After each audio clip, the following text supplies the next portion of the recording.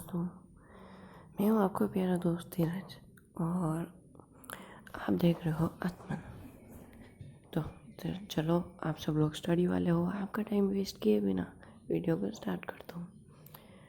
तो ये है 10th का चैप्टर 1 केमिस्ट्री में, और इसकी स्टार्टिंग हुई है एक बहुत ही फेमस कोट से, जो ये है, facts are not science as the dictionary is not literature. सही है। तो किस किस को इसका प्रॉपरली मतलब पता है ये कमेंट बॉक्स में ज़रूर बताना। तो इस चैप्टर में बेसिकली कुछ भी नहीं है, इसमें सिर्फ केमिकल और फिज़िकल चेंज के बारे में पार्शियली बताया है और डीपली इसके अंदर केमिकल चेंज और उसके इक्वेशंस के बारे में बताया। मैंने इस चैप्टर को डिवाइड कर रखा है, तो उस डिवाइड एंड रूल से हम इस चैप्टर को पढ़ेंगे। तो आज हम लोग chemical equations, chemical word equations और कुछ क्वेश्चंस को सॉल्व करेंगे। तो चलो स्टार्ट करते हैं। तो इसमें सबसे पहले ये है कि इसमें कुछ एग्जांपल्स है हमारी डेली लाइफ से रिलेटेड। ये है, अगर फर्स्ट वाला एग्जांपल इसका ये है कि अगर हम लोग मिल्क को समझ में रूम टेम्परेचर पर रखेंगे तो फिर क्या होगा। तो अब हम सबको पता है कि उसकी हालत ख़राब हो जाएगी। और फिर दूसरा है, एक आयन तवा को या फिर पैन नील अगर वो ह्यूमिड टेम्परेचर में रहेंगे तो फिर क्या होगा, उसमें रस्ट आ जाएगा। क्रेफ्ट फर्मेंटेड, हाँ, किस किस को किशमिश क्या होता है वो पता है। बस बस बस बस समझ में आ गया। और फूड जब कुक होता है, सबको पता है फूड जब कुक होता है तब उसकी खुशबू कितनी शानदार होती है। हाँ, तो अब वो डाइजेस्ट होता है हमारे पेट में। तो ये सारा क्या है, ये सारा बेसिकली कुछ भी नहीं है, ये है केमिकल रिएक्शंस जो हमारे डेली लाइफ में होते हैं। अब ये, in all above situations the matter and the identity of the initial substance. Initial substance मतलब वो सब्सटेंस जो स्टार्ट है, जो मिक्सचर से पहले थे, वो हैव सम वॉट चेंज, वो बाद में जाके चेंज हो जाते हैं। We have already learn about physical and chemical change of matter in our previous classes. मतलब क्लास 9th में वो सब तो पढ़ी ही होगी ना, तभी तो 10th में आए हो। Whenever a chemical change occur, we can say that a chemical reaction has taken place. You may perhaps be wondering as to what is actually meant by a chemical reactions. नहीं, कोई भी यहाँ पर worry नहीं कर रहा है। Chemical reactions इतनी कोई बड़ी बात नहीं है। How do we come to know that a chemical reaction has taken place? Let us perform some activities to find the answer to these questions. तो यहाँ पर एक एक्टिविटी है, तो वो एक्टिविटी है सारी इस इमेज पर ही, तो उसकी जगह मैं इमेज पर ही बताता हूँ। तो ये है एक मैग्नीशियम रिबन है, उसको रब किया है सैंड पेपर से ताकि उसके ऊपर का मैग्नीशियम ऑक्साइड निकल जाए और वो आसानी से एक्सपेरिमेंट में काम आ सके। ठीक है। और अरे यार, ये हो गया। और ये है एक बर्नर, साफ दिख रहा है, और ये एक वॉच ग्लास है और इसमें इसका ऐश गिर रहा है। वैसे अगर सच में कभी मिल जाए मैग्नीशियम रिबन तो इसको अपनी आंखों से दूर रखना, क्योंकि ये कुछ रिएक्शन करता है अपनी आंखों के। तो जब ये इसके साथ कोलाइड हो जाता है फायर के साथ और फिर ये जल जाता है, तो फिर ये एक ऐश बनाता है।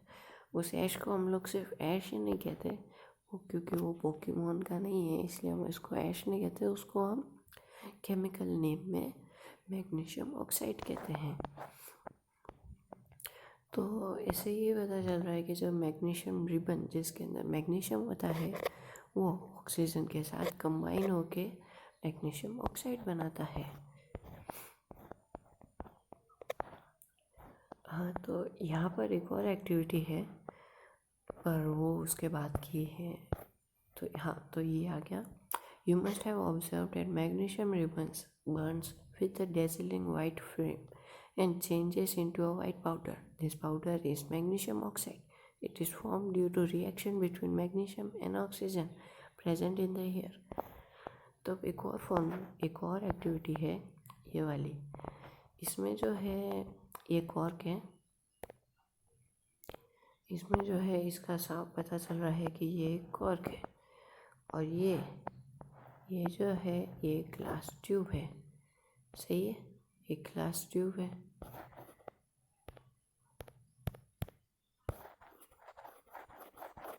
तो इसमें ज़्यादा कुछ इसमें भी नहीं है.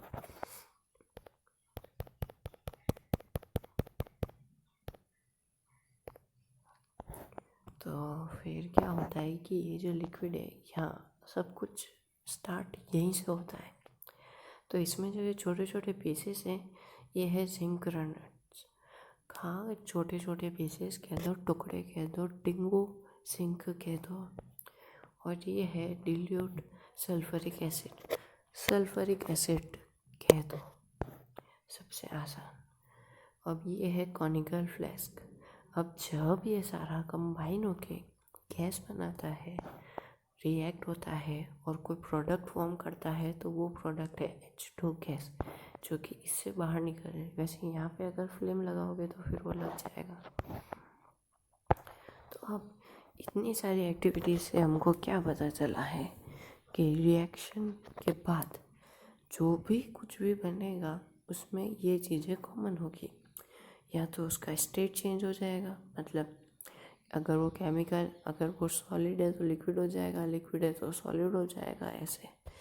अब चेंज इन कलर, उसका कलर चेंज हो जाएगा. एवोल्यूशन ऑफ गैस, मतलब उसमें कोई गैस है तो वो किसी और गैस में चेंज हो जाएगी. अब चेंज इन टेम्परेचर, ठीक है. और ये आ गया हमारा पहला टॉपिक, केमिकल इक्वेशंस. ठीक है, तो ये जो इक्वेशन है आप समझ रहे होंगे, नहीं इतने भी हम लोग बेवकूफ़ नहीं हैं. हाँ, नहीं हो आप लोग बेवकूफ़. ये प्रॉपर केमिकल इक्वेशन नहीं है, इसको हम लोग वर्ड इक्वेशन कह सकते हैं. चलो रीड करते हैं. तो मैं रीड इसलिए करवा रहा हूँ ताकि पॉइंट टू पॉइंट हमको पता चले. जब मैंने एग्ज़ाम दिया था तो मेरे को बहुत ज़्यादा सफ़र होना पड़ा पॉइंट्स की वजह से. इसमें बहुत सारे ऐसे पॉइंट्स हैं जो एग्ज़ाम में काम आते हैं और वो उनका कब पता चलेगा. टाइम नहीं है हमारे पास, बिल्कुल भी टाइम नहीं है पूरे चैप्टर को पढ़ने का, इसलिए अभी हम लोग स्टार्ट कर रहे हैं.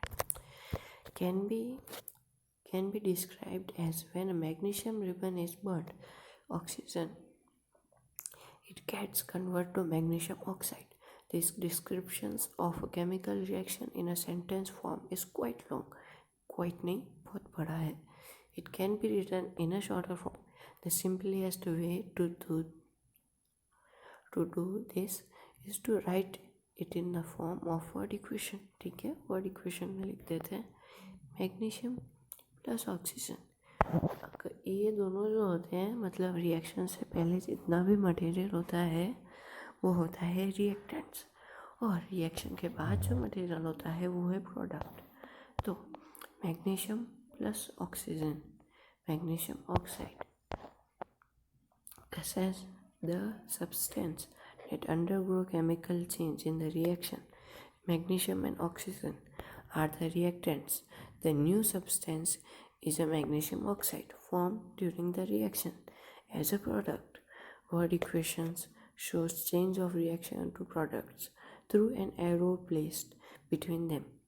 तो ये एक एरो इनके बीच में प्लेस की है जिससे पता चल रहा है कि ये दोनों मर्ज होने के बाद ये बनाते हैं. और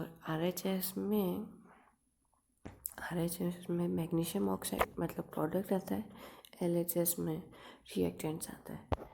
और वो तो पता ही होगा, RHS is equals to LHS plus. वही हम लोग आगे भी पढ़ने वाले हैं. ये आ गया राइटिंग अ केमिकल इक्वेशन. हाँ ठीक है, केमिकल इक्वेशन भी लिख देंगे, पर कैसे वो आगे आ रहा है. तो ये बेसिकली हमने जो तो 9th का मॉलिक्यूल एंड एटम्स तो पढ़ा ही होगा. अरे केमिस्ट्री का कोई भी चैप्टर पढ़ा है उसमें पीरियोडिक टेबल तो याद की ही होगी। और मैं एक बात बता देता हूँ, 20 तक तो याद करना कंपलसरी है। 10th के हिसाब से 30 तक हो तो बहुत ज़्यादा अच्छा है।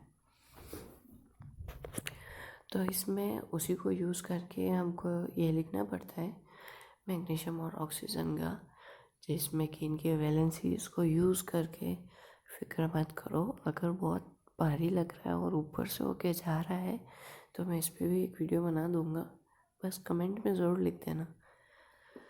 तो इसमें मैग्नीशियम और ऑक्सीजन है जिनकी वैलेंसीज को मिक्स कर कर हम लोग इनका फाइंड आउट कर सकते हैं कि ये MgH है, MgO2 नहीं MgH है।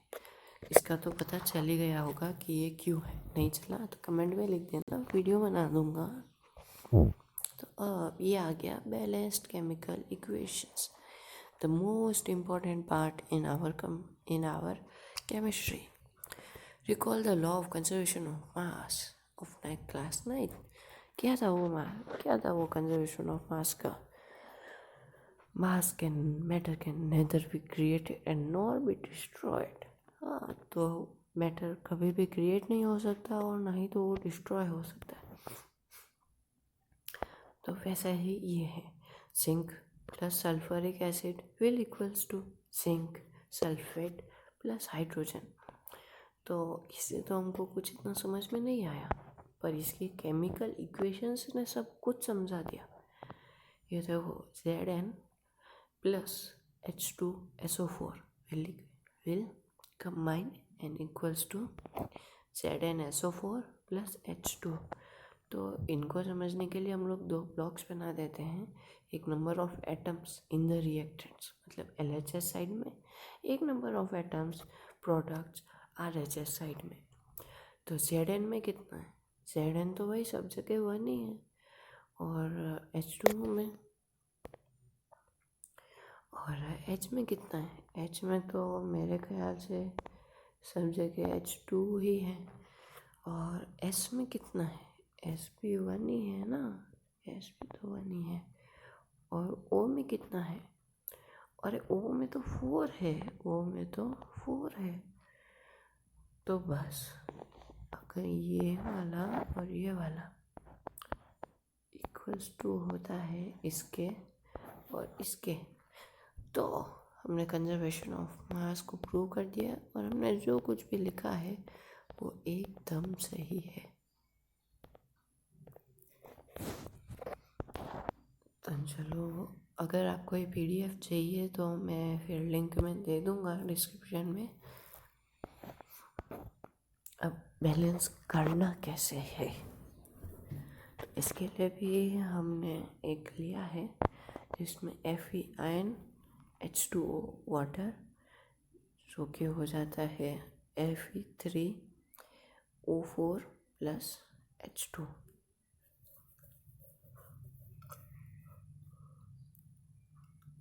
तो इसका स्टेप 1 ये है कि to balance a chemical equation first draw boxes around each formula. देख ही रहे हो, बॉक्सेस बना दो और फार्मूले के सामने बॉक्सेस बना दो। नहीं, इनको फिर स्टोर रूम में नहीं रखना है, अपने घर के बस बना के रख दो, बात का काम फिर बाद में करेंगे।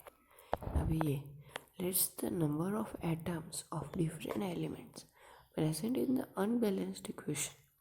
अब सारे एटम्स डाल दो इसमें, जैसे पहले किया था, रिएक्टेंट्स के अलग, LHS के अलग और प्रोडक्ट्स के अलग, RHS के अलग। तो चलो भाई डाल देते हैं। Fe का कितना है? Fe का फर्स्ट वाले में तो 1 है और सेकंड वाले में तो 3 है। और H का कितना है? चलो H का 2 है, इधर भी 2 उधर भी 2।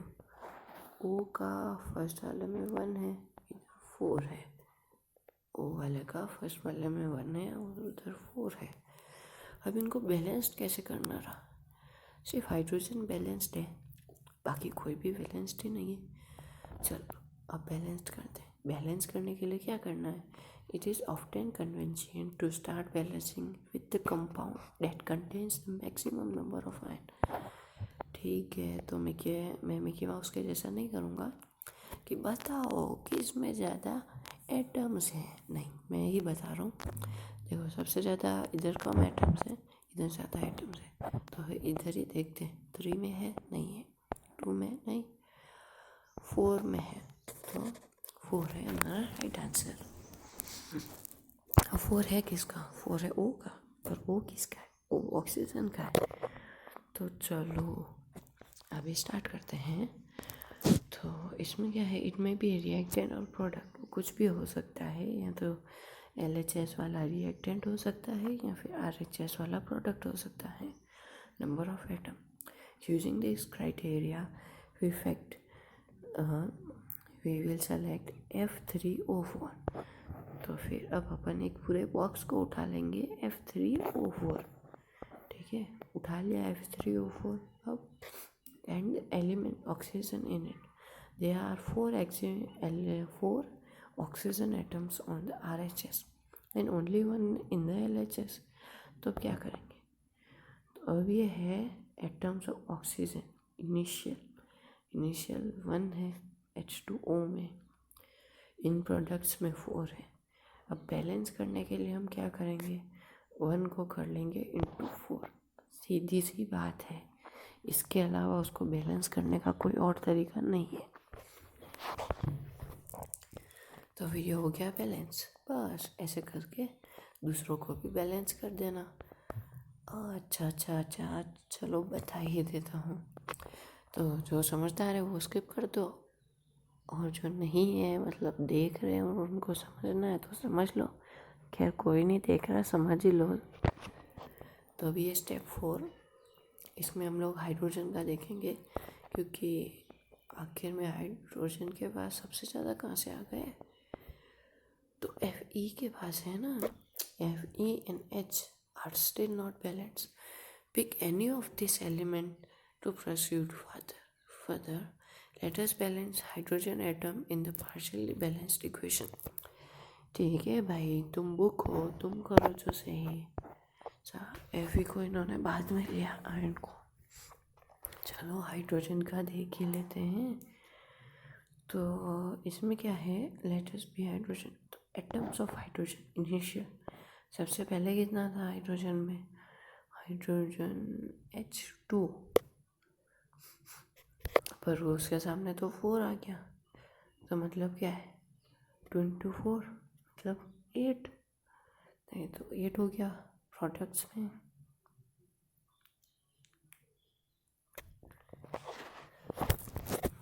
तो फिर क्या हो गया, अब इसको बैलेंस करने के लिए 8 ही लिखेंगे, क्योंकि ये पहले से बैलेंस है। तो ये 8 कैसे हुआ, ये हुआ 2 into 4 की वजह से। किसकी वजह से, 2 into 4, 2 into 4 की वजह से। अभी ये इक्वेशंस अभी भी ये पार्शली है। चलो कंप्लीटली कर लेते हैं इसको आयन से। आयन को भी ऐसे ही करने के बाद, तो देखो इसमें उसमें तो सेम था, इसमें सेम था, रिएक्टेंट्स में भी सेम था और प्रोडक्ट्स भी सेम थे, बट यहाँ पर नहीं है। तो जैसा 4 यहाँ पर लिखा था ना, जैसा 4 यहाँ पर लिखा था, वैसा का वैसा 4 यहाँ पर भी लिख दो, ठीक है ना। हाँ बस वो हो जाएगा। इरेजर की साइज बड़ी चाहिए, पर पेंसिल की बड़ी हो जाती है। हाँ, अब मैंने पहले साइज कहाँ से चेंज की थी।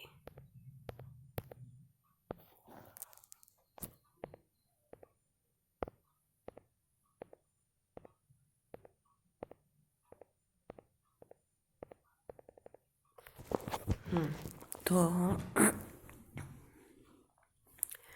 ठीक है, तो अब आ जाते हैं आयन पर।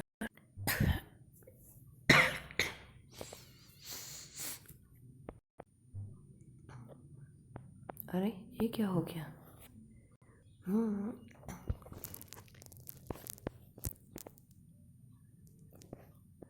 तो इसमें हम लोगों को इसका गैसियस तो इसमें अब हम लोगों को इनका फिज़िकल स्टेट भी बताना पड़ता है इक्वेशंस का।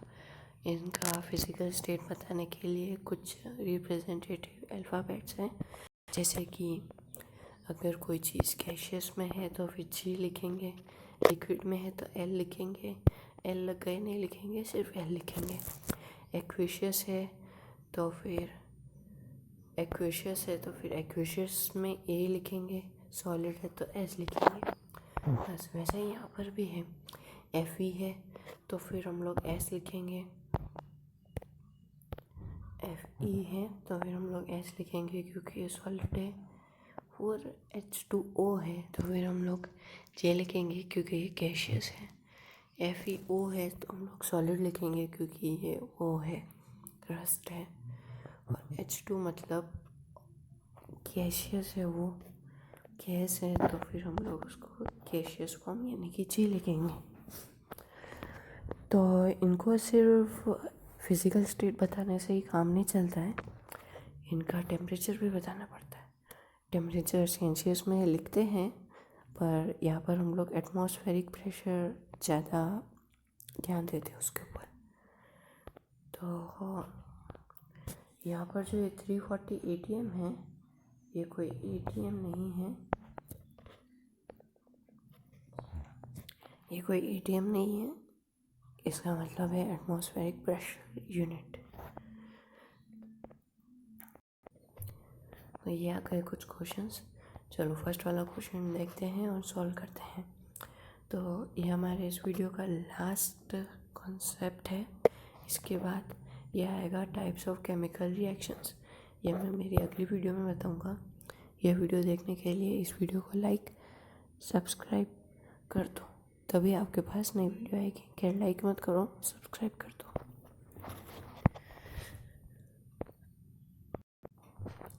चलो let it be. First question पढ़ते हैं। आपको करना होगा सब्सक्राइब तो कर लोगे, नहीं तो सर्च कर देना आत्मा, आत्मा नहीं आत्मन। क्या आपको इसका सही मतलब पता है? बताओ तो ज़रूर बताना कमेंट में। Why should a magnesium ribbon be cleaned before burning in the air? हाँ, शायद ये तो मैंने बताया था कि नहीं बताया था, बताओ बताया था कि नहीं। अरे ये क्वेश्चंस तो है इसमें, तो चलो इसे पढ़ लेते हैं। तो इसमें बताया है क्वेश्चन नंबर 1, यानी कि ये एक पेज ही हमको सॉल्व करना है। Why should a magnesium ribbon be cleaned before burning in the air? Magnesium is a very reactive metal. When stored, it reacts with oxygen to form a layer of magnesium oxide.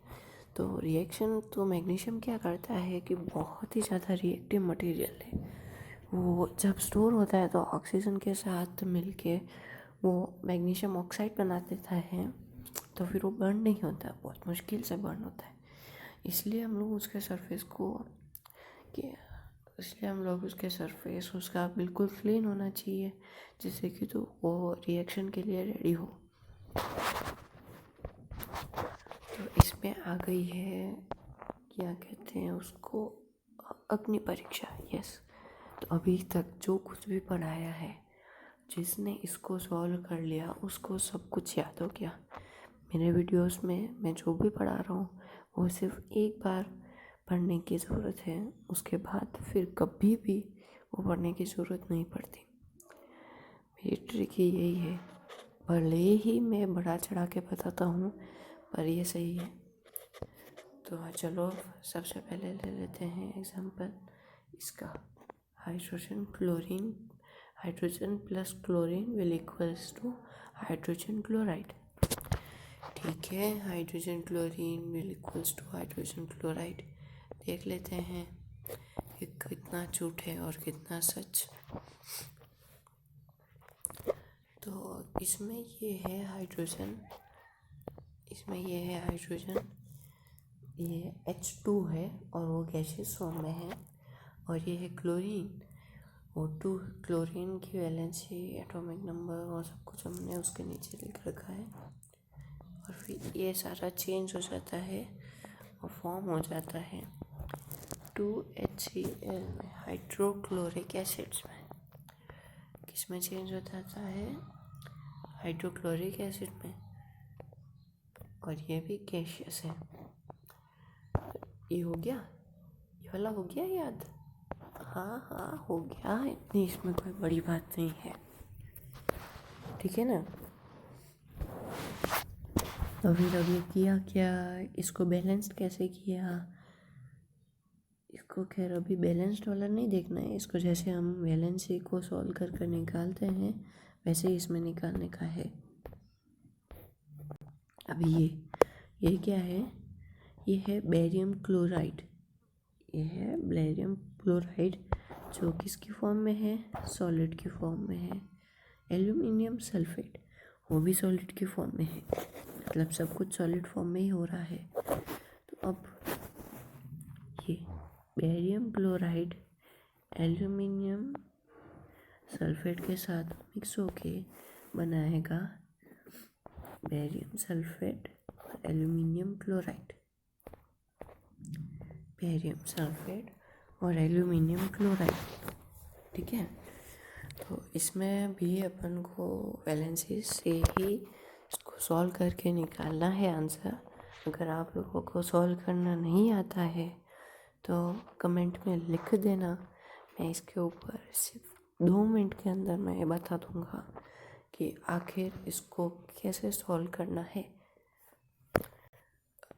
तो जब तक आपको solve करना नहीं आता, ये आपके लिए किसी मतलब का नहीं है, कमेंट बॉक्स में लिखो और भूल जाओ। आज नया वीडियो आपको मिल जाएगा कि इनको सॉल्व कैसे करते हैं। अब ये last, sodium plus water will equals to sodium hydroxide and hydrogen, ठीक है। तो ये है सोडियम 2Na, सॉलिड की फॉर्म में है। अब ये है 2H2O, ऑब्वियसली बात है कि ये वाटर है, लिक्विडियस फॉर्म में है, और ये एक्वेशियस फॉर्म में हो जाता है NaOH। अभी ये इन इक्वेशंस को right a balanced chemical equations with state symbols for the following reactions. तो इसमें आपको ज़्यादा भेजा लगाने की भी ज़रूरत नहीं है, क्योंकि ये देखो हाइड्रोजन क्लोरीन, तो हाइड्रोजन लिख दिया, क्लोरीन लिख दिया, फिर क्या बना? हाइड्रोजन क्लोरीन है, हाइड्रोजन क्लोरीन है, लिख दिया। हाइड्रोजन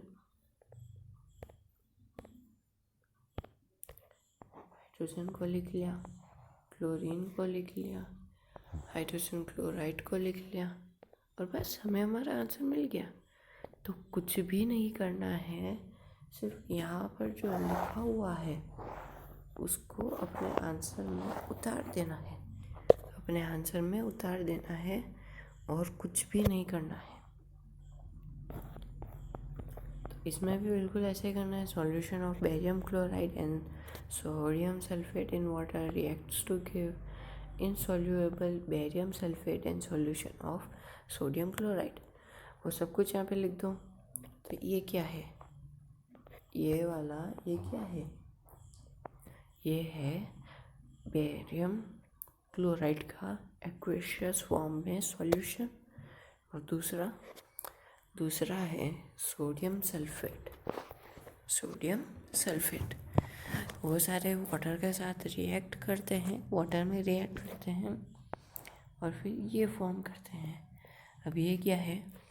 ये है बेरियम सल्फेट, और ये है NaCl, यानी कि सोडियम क्लोराइड। बस वैसे ही यहाँ पर भी है, सोडियम हाइड्रोक्साइड का एक सॉल्यूशन है, जो कि वाटर में फॉर्म होता है। तो ये वाटर के साथ रिएक्ट करता है और हाइड्रोक्लोरिक एसिड बना देता है, सॉल्यूशन बनाता है। तो बस उन सबको इधर डाल दो और आपका आंसर हो जाएगा। तो